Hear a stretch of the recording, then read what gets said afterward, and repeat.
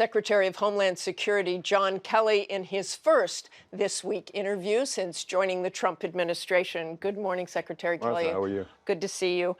I want to get to this breaking story. I know you don't want to talk about the investigation, but do you think back-channeling is normal and acceptable? It's both normal, in my opinion, and acceptable. There's any way that you can communicate with people, particularly organizations that are maybe not particularly friendly to us, is a good thing. And again, it comes back to whatever the communication is, comes back into the government and shared across the government. So it's not a bad thing to have multiple communication lines to any government. Using their equipment in their diplomatic facilities? Well, again, don't know.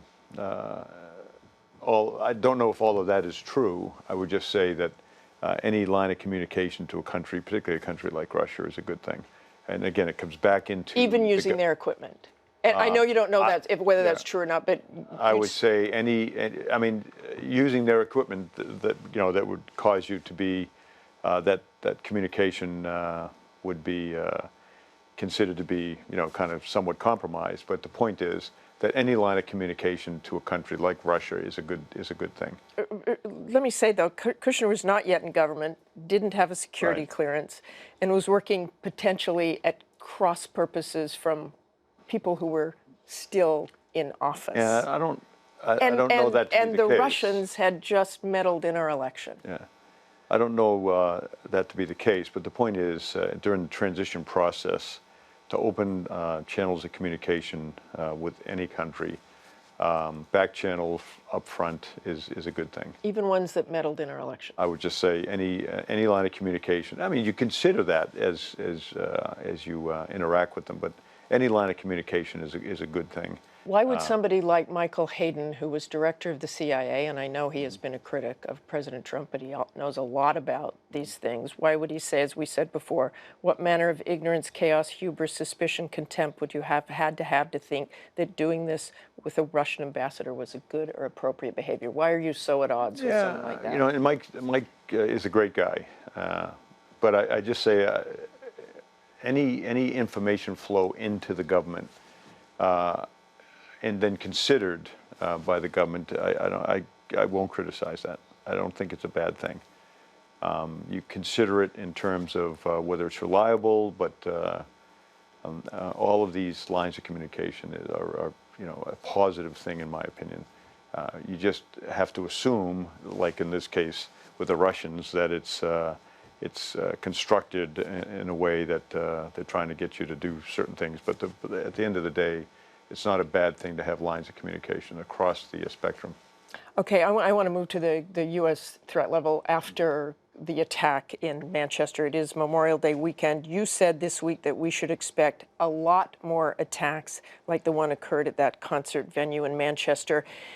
Authorities are paying, Homeland Security is certainly paying more attention to these soft targets. But what can really be done at places like that to protect people? Don't they just move to the next soft target? They do. You just have to be vigilant. It's trite, but people should understand if they see something, they should say something.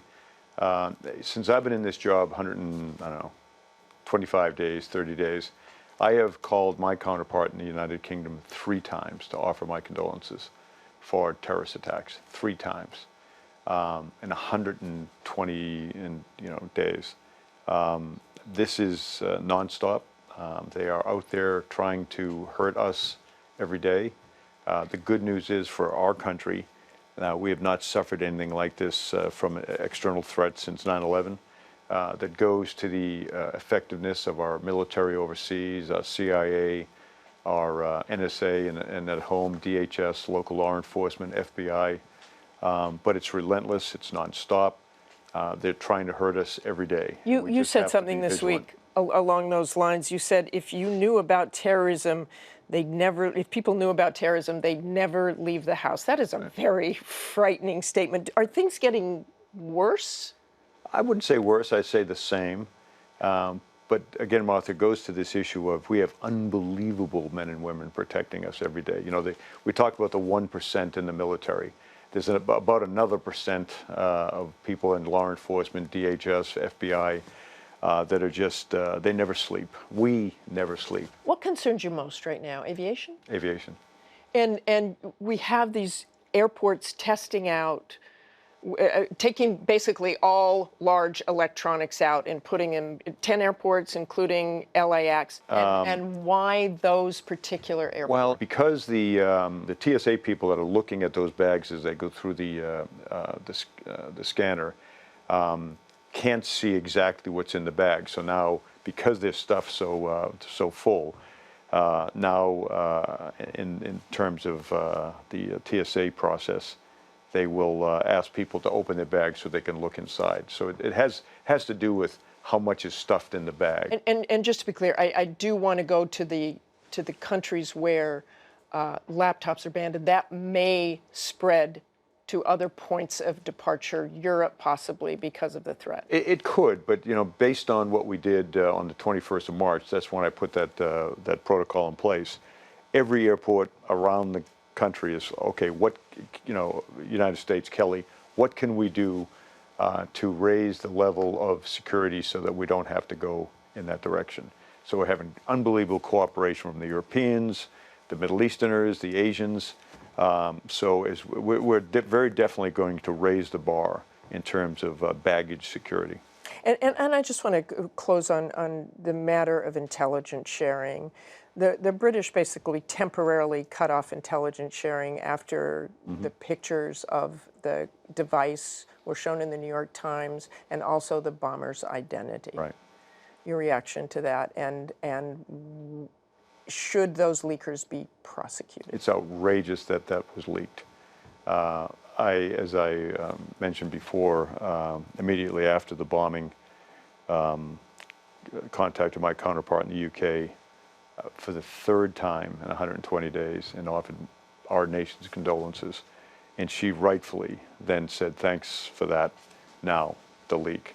It's outrageous that those kind of things are leaked. I don't know why people do it, particularly when it's classified, particularly when it's ongoing. The event was still really ongoing. I don't know why they do it.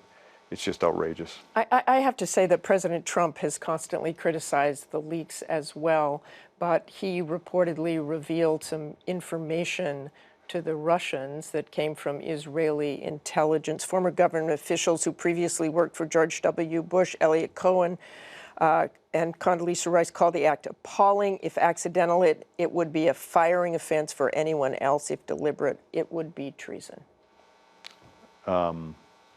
Allegedly what the president said, it's my understanding the White House has pushed back and said he didn't do that. So I'll take him at his word.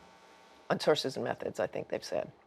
I'll take the president at his word. Okay, thanks very much Thanks, for joining Martha. us, Secretary Sure. Kelly. Good to see you.